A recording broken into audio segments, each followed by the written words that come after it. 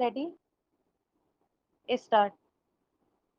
भारत ने पिछले एक दशक में शिक्षा के क्षेत्र में काफी तरक्की की है, पर इस हकीकत से भी मुंह नहीं फेरा जा सकता कि साक्षरता के मामले में अब भी बहुत पीछे है।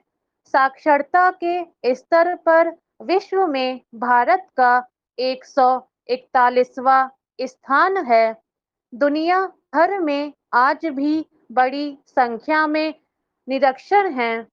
संयुक्त राष्ट्र के एक अध्ययन के मुताबिक दुनिया भर में करीब 4 अरब लोग साक्षर हैं, तो वहीं दूसरी तरफ अब भी करीब 77.5 करोड़ लोग निरक्षर हैं।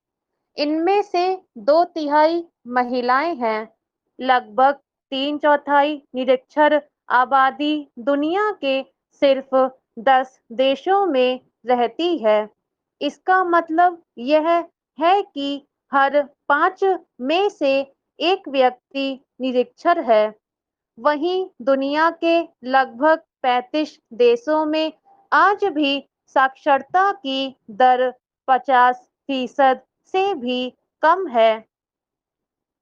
अगर भारत में साक्षरता दर की बात करें तो यह वर्ष 2011 में बढ़कर 74.4% तक पहुंच गई। इसमें पुरुषों की साक्षरता दर जहां 82.16% थी, वहीं महिलाओं की साक्षरता दर 65.46% ही दर्ज की गई। फिर भी यह औसत विश्व की साक्षरता दर 84% से काफी कम है। साथ ही हर राज्य में पुरुषों की साक्षरता दर महिलाओं की तुलना में ज्यादा है। यह बात सही है कि आजादी के समय भारत की साक्षरता दर काफी कम थी। उस वक्त मात्र 12% देश की आबादी साक्षर थी। इस दृष्टि से देश की साक्षरता दर 77% तक पहुंचना एक अच्छी उपलब्धि मानी जाएगी। मगर जब हमने आजादी के बाद इतना लंबा सफर सफर तय कर लिया है, तब देश की यह उपलब्धि थोड़ी बौनी जरूर लगती है। आजाद भारत में भी कई राज्यों ने साक्षरता पर बहुत अच्छा काम किया है, जिसका परिणाम भी वहां दिखाई देता है। 96% के साथ केरल का देश देश का पहले नंबर का साक्षर राज्य होना उसके बेहतर प्रयासों को दर्शाता है। लेकिन कई राज्य साक्षरता के मामले में काफी पीछे हैं। वर्तमान में 66% साक्षरता वाला राज्य आंध्र प्रदेश सबसे निचले पायदान पर है। साक्षरता के मामले में झारखंड और बिहार की स्थिति भी बहुत अच्छी नहीं है।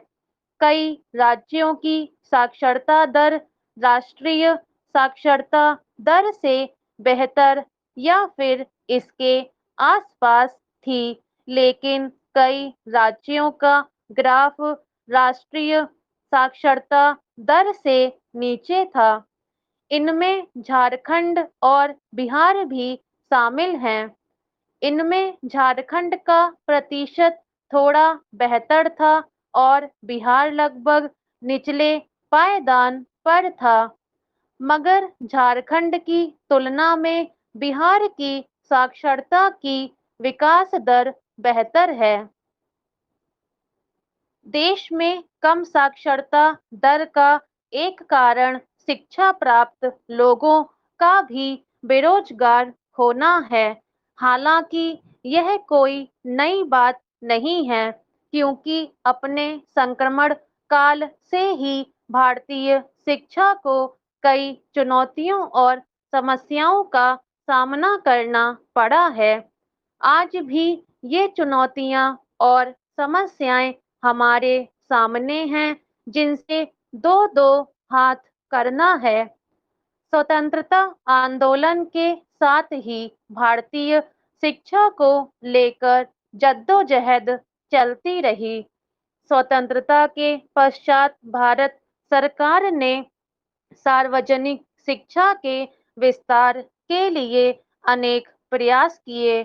यह और बात है कि इन प्रयासों में अनेक खामियां भी सामने आईं, जिन्हें दूर करने का प्रयास किया जाता रहा है। बहरहाल, संयुक्त राष्ट्र की एक रिपोर्ट में इस बात का स्पष्ट रूप से जिक्र किया गया है कि निरक्षरता के कारण दुनिया भर की सरकारों को सालाना 129 अरब डॉलर का नुकसान उठाना पड़ रहा है। साथ ही दुनिया भर में प्राथमिक शिक्षा पर खर्च किया जाने वाला 10% धन बर्बाद हो जाता है, क्योंकि शिक्षा की गुणवत्ता का ध्यान नहीं रखा जाता।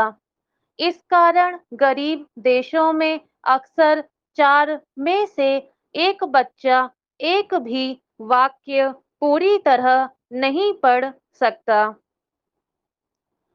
यह ठीक है कि आजादी के 7.5 दशक बाद भारत ने बहुआयामी सामाजिक और आर्थिक प्रगति की है, लेकिन अगर साक्षरता की बात करें तो इस मामले में आज भी हम कई देशों से पीछे हैं। यह ठीक है कि आजादी के समय से ही देश की साक्षरता बढ़ाने के लिए कई कार्य किए गए और कानून बनाए गए, पर जितना सुधार कागजों में दिखा, उतना असल में नहीं हो पाया। स्वतंत्रता प्राप्ति के पश्चात भारत में 6 से 14 वर्ष आयु वर्ग के बच्चों के लिए संविधान में पूर्ण और अनिवार्य शिक्षा का प्रस्ताव रखा गया। मगर आजादी के 7.5 दशक से अधिक समय बीत जाने के बावजूद हम अपना लक्ष्य हासिल नहीं कर सके हैं। भारतीय संसद में वर्ष 2002 में 86वां संविधान संशोधन अधिनियम पारित हुआ, जिसके तहत 6 से 14 वर्ष आयु वर्ग के बच्चों के लिए शिक्षा को मौलिक आधार दिया गया। बावजूद इसके नतीजों में कोई बड़ा बदलाव नहीं हुआ है। इतना ही नहीं, 2001 में सर्वोच्च न्यायालय ने सभी राज्य सरकारों को सरकारी सहायता प्राप्त करके सभी स्कूलों में मध्याह्न भोजन देने की व्यवस्था करने का आदेश दिया था। इसके अलावा देश में 1998 में 15 से 35 आयु वर्ग के लोगों के लिए राष्ट्रीय साक्षरता मिशन और 2001 में सर्व शिक्षा अभियान शुरू किया गया। स्टॉप।